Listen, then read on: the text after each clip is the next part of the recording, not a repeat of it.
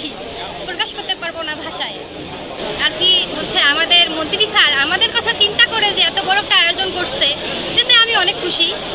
আমার মনে হচ্ছে যে সবাই অন্তত খুশি, কারণ আমাদের এখানে তো বেকার অনেক, যেহেতু গ্রাম অঞ্চল, দরিদ্র অঞ্চল, তো এটাতে হচ্ছে অনেকেরই জবের হচ্ছে কর্মসংস্থানের একটা ব্যবস্থা হবে।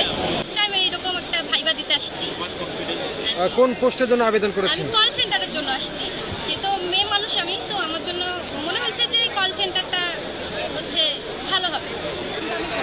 তাহলে কার জন্য আসছেন এখানে? মানে চাকরির জন্য আসছি।